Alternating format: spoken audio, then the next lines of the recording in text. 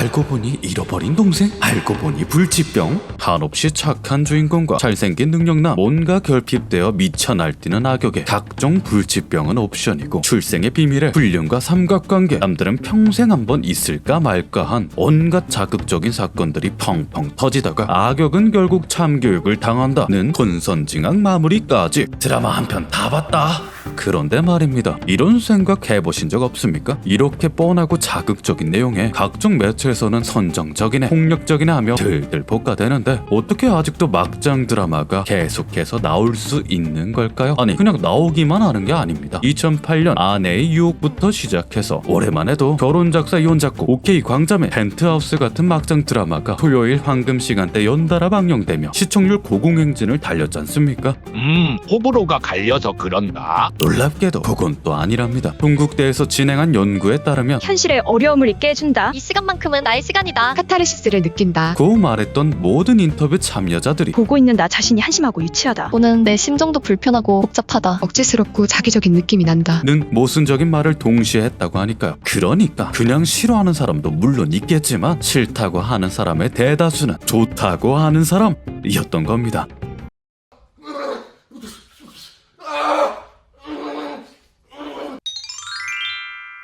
오해가 있을 수 있으니 단어 개념부터 짚고 갑시다. 막장 드라마에 대한 명확한 정의는 없지만 대략 우리가 합의하는 정의선을 본다면 막장이냐 마냐는 자극적이냐 마냐를 따지는 게 아닙니다. 자극적이라고 해서 반드시 막장이라 불리는 건 아니거든요. 소위 고전 명작이라 불리는 안나 카렌이나 폭풍의 언덕, 롤리타를 보면 불륜, 폭력, 살인 때에 심지어 까지 더했으면 더했지 덜할 건 없죠. 외국 작품까지 볼 필요도 없습니다. 우리가 아는 콩지 팥쥐에서 팥쥐 엄마는 젓갈이 된 딸을 맛있게 먹다가 진실을 알려주자 충격으로 죽어버립니다. 이쯤 되면 매운맛 정도가 아니라 아픈 맛 수준이죠. 근데 얘네는 왜 막장이라고 안 불리냐? 이는 극장르를 최초로 연구한 아리스토텔레스의 말에서 답을 구할 수 있습니다. 이야기는 가능성에서 개연성으로, 중국에는 비전성으로 나아가야 한다. 앞서 말한 문학 같은 경우는 이 요소들을 충족하는 반면에 얘네는 우차싸보다 웃다가 사망하질 않나,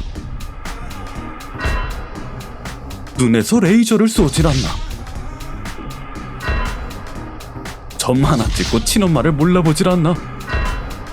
개연성은 개나 줘버리고 개판 지로를 내놓거든요. 그것도 일부러요.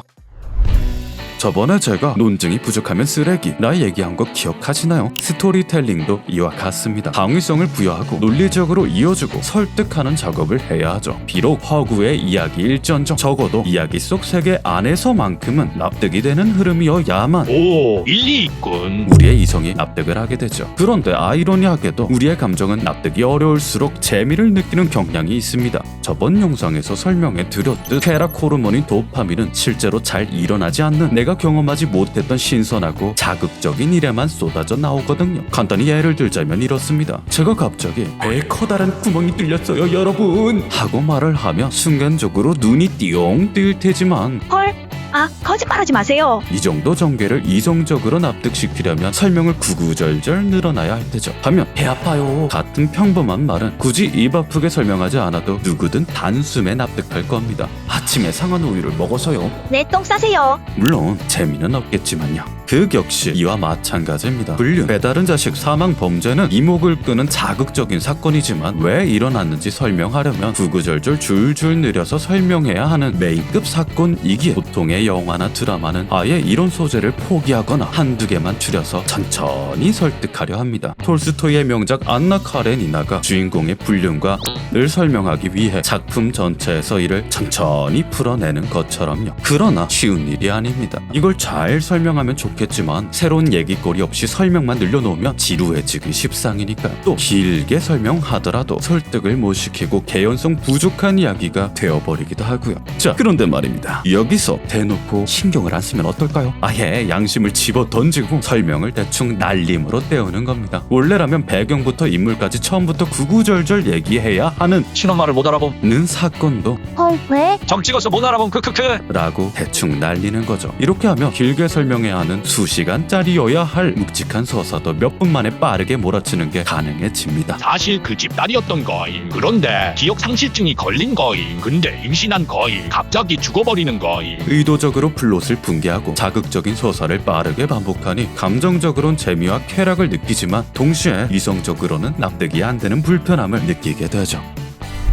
그러나 이런 방식도 아무나 하는 게 아닙니다. 막장 드라마의 대표격인 임성한 작가는 암세포도 생명, 눈에서 레이저 발사 같은 연출로 자격 미달이라 욕을 먹는 작가지만 그 이전에 작가 지망생의 교본처럼 사용되는 공모 당선작 두 여자를 써낸 PD들의 극찬을 받는 수준급 필력의 작가이기도 하죠. 아니 욕먹는 걸 알면서 대체 왜 그렇게 쓰는겨? 우리는 음식 재료를 어디서 구할지, 조리는 어떻게 할지, 플레이팅은 어쩔지 신중히 고려한 음식이 훨씬 만족스럽다는 걸 알면서도 라면을 끓여 먹고 냉동을 돌리고 편의점 도시락을 사 먹습니다. 맛도 보증해 줄 뿐더러 돈도 시간도 절약할 수 있으니까요. 또 실패할 일도 적고요. 막장 드라마가 이와 같습니다. 무라카미 하루키가 말하듯 한 권의 스토리를 써내는데 1년 정도를 잡는 게 평범한 수준이고 경우에 따라선 수년이 걸리는 일도 부지기수죠. 그러나 연속극은 그럴 여유가 없습니다.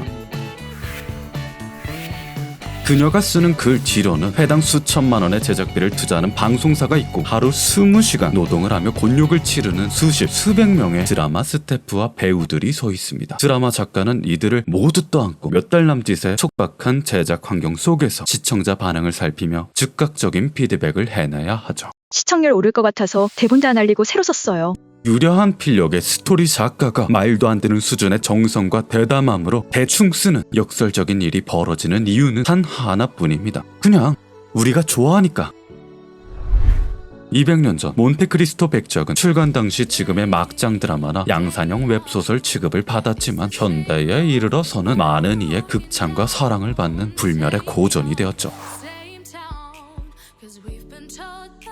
이런 현상은 재미만 추구해도 될까? 하는 질문에 이렇게 답해주는 듯합니다. 당연하지. 그게 우리가 제일 좋아하는 건데. 수많은 악성 댓글로 힘든 시간을 보냈던 아내의 유혹의 김순옥 작가는 우연히 방문한 병원에서 고통도 있고 아내의 유혹에 몰두하는 환자들의 모습을 보고 처음으로 작가로서의 자부심을 느끼게 되었다 합니다. 저번 웹소설 영상에서도 정말로 강조하고 싶었던 부분이 이런 맥락입니다. 별게 있나요? 재밌으면 됐지. 아직도 많은 이들이 통속적인 것을 두고 현실을 회피하니 말초적 흥미를 줬니 개연성이 없니하며 괄시하고 욕하지만 생각해보면 그게 가장 인간적인 것 아니겠습니까? 우연으로 가득 찬 인생에서 행복하려고 발버둥치는 우리에겐 이런 이야기도 필요한 법이니까요.